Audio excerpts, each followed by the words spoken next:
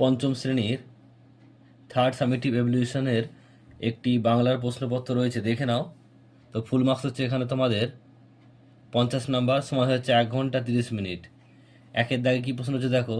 একের দাগে বলছে যে কোনো নিচের প্রশ্নের উত্তর দাও, যে কোনো 10টি প্রশ্ন, 1 করে মোট 10 নাম্বার।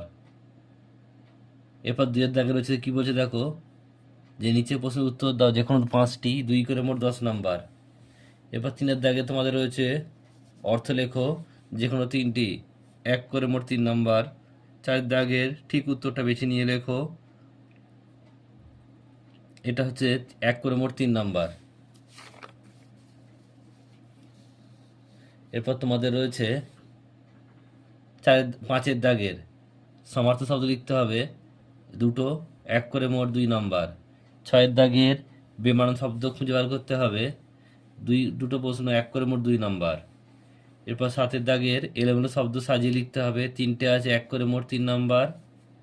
এরপর 8 এর দাগের শূন্যস্থান পূরণ করো, 1 করে মোট 3 নাম্বার। 9 এর দাগের নিচে শব্দগুলি বিশেষ্য ও বিশেষণ বদলাও, যে কোনো 4টি, 1 করে মোট 4 নাম্বার।